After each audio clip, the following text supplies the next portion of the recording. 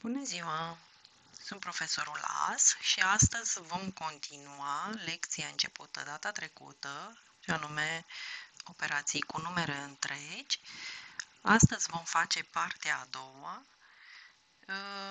respectiv împărțirea numerelor întregi și ridicarea la putere a numerelor întregi.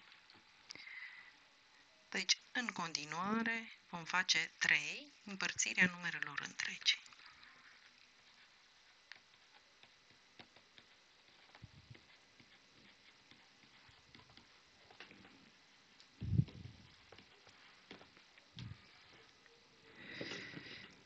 În partea întâi a acestei lecții v-am spus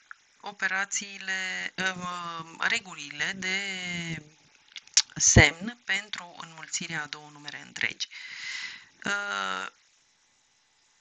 Ceea ce vă pot spune este faptul că la împărțire sunt exact aceleași reguli ca la înmulțire referitoare la semnul împărțirii numerelor întregi, și anume plus împărțit la plus este egal plus.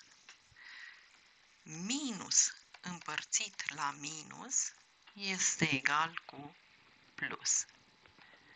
Minus împărțit la plus este egal cu minus.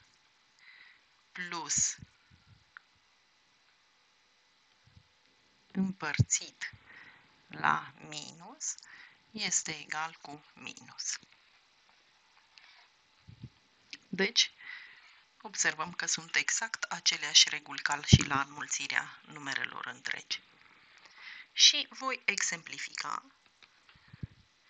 De exemplu, hai să păstrăm regula, plus 6 împărțit la plus 2 egal.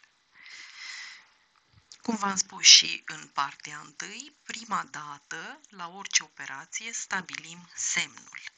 Și avem plus împărțit la plus, ne dă ca rezultat plus. 6 împărțit la 2 este egal cu 3. Minus 6 împărțit la minus 2 egal cu. Stabilim semnul, minus împărțit la minus ne dă plus, 6 împărțit la 2 ne dă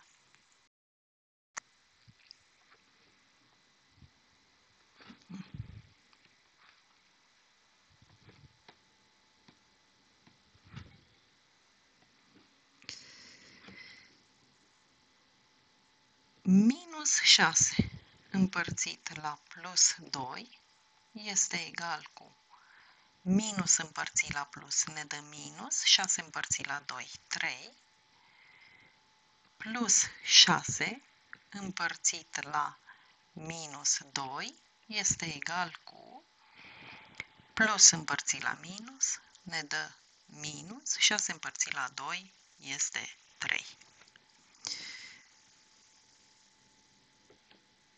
Vom evidenția și câteva cazuri în care numărul nu are semn.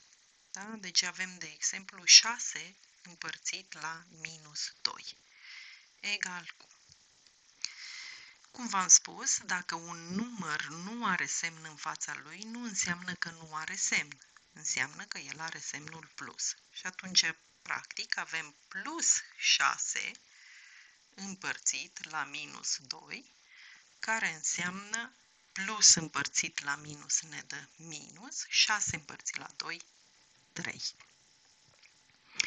Aici vreau să vă atrag atenția și asupra altui aspect. Faptul că operația de împărțire reprezintă și o fracție. Se poate scrie și sub formă de fracție. De exemplu, avem plus 6 supra plus 2 egal.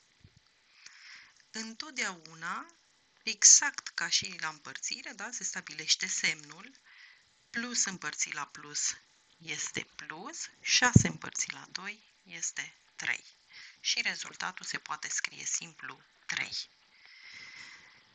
Minus 6 supra minus 2 egal cu, minus împărțit la minus ne dă plus, 6 împărțit la 2 e 3, care se poate scrie simplu 3. Minus 6 supra plus 2 este egal cu minus împărțit la plus ne dă minus, 6 împărțit la 2, 3. Și plus 6 supra minus 2 este egal cu plus împărțit la minus ne dă minus, 6 împărțit la 2 e 3. Întotdeauna un număr negativ va avea evidențiat semnul în fața lui. În continuare vreau să vă atrag atenția asupra următorului aspect foarte important pe care l-am sesizat de-a lungul carierei mele, ca să spun așa. Și anume, dacă avem așa, minus 6 supra 2, minusul ăsta de la numărător, da? Deci deasupra fracției este numărătorul, de dedesubtul fracției este numitorul, minusul de la numărător poate fi scris fie în dreptul liniei de fracție 6 supra 2, sau este exact același lucru dacă scriu 6 supra minus 2. Da? Deci, în continuare, rezultatul în fiecare din aceste cazuri ne va da rezultatul minus 3. În continuare, vă voi arăta ridicarea la putere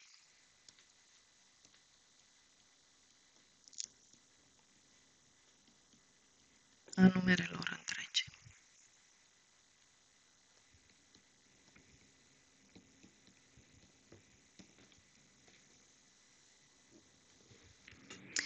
Prin ridicare la putere a unui număr, a oricărui număr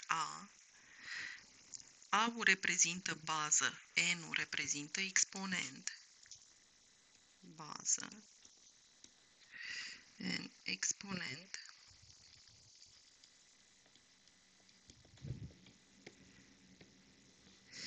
se înțelege înmulțirea bazei cu ea însăși de atâtea ori de câte ori ne arată exponentul, în cazul nostru de n ori.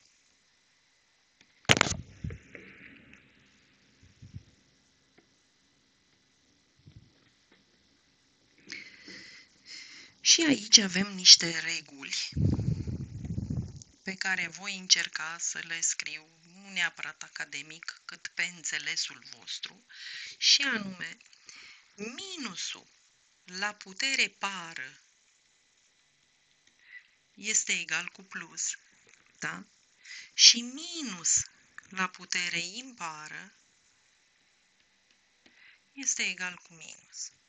Adică ceea ce vă spuneam și când v-am predat înmulțirea numerelor întregi, și anume că atât timp cât minusul are pereche, deci un număr par înseamnă un număr pereche, adică un număr multiplu de 2. Rezultatul ne dă plus.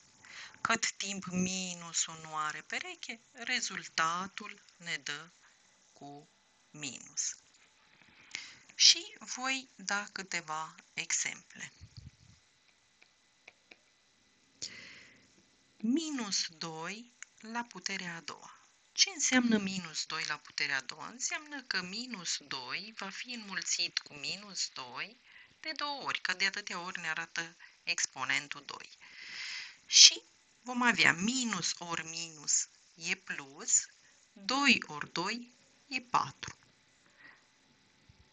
Sau, direct folosind regula, minus 2 la a doua egal minus la puterea a doua, fiind putere pară, ne dă plus 2 la a doua.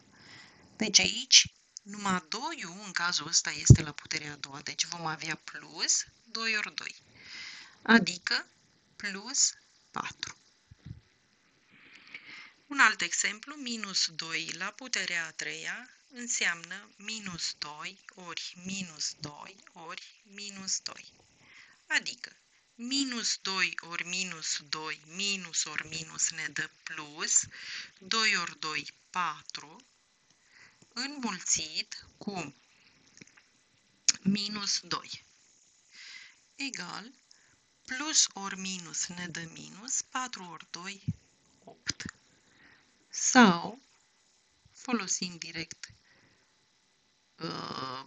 regula pe care v-am dat-o, minus la puterea a treia este minus 2 la a treia, adică minus 2 ori 2 ori 2, adică minus 2 ori 2, 4 ori 2, 8.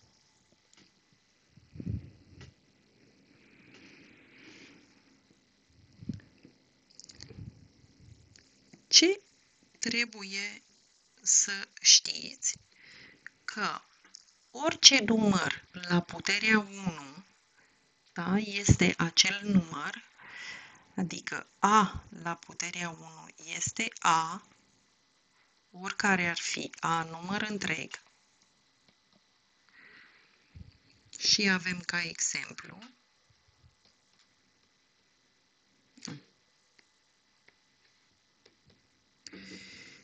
minus 5 la puterea întâia este egal cu minus 5, 5 sau plus 5 la puterea întâia este egal cu plus 5, adică egal cu 5.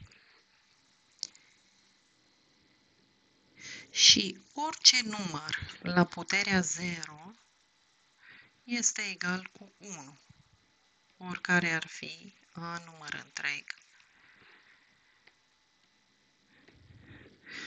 Adică, de exemplu, minus 5 la puterea 0 este egal cu 1 și plus 5 la puterea 0 este egal tot cu 1. Cam atât am avut să vă spun pentru astăzi. Vă mulțumesc dacă ați ajuns până în acest punct. Sper că v-a fost de folos și dacă doriți să rezolvăm exerciții mai complexe, vă rog frumos să scrieți în comentarii. Dacă doriți să dați un like la postare și să vă abonați la canalul nostru de YouTube. Vă mulțumesc!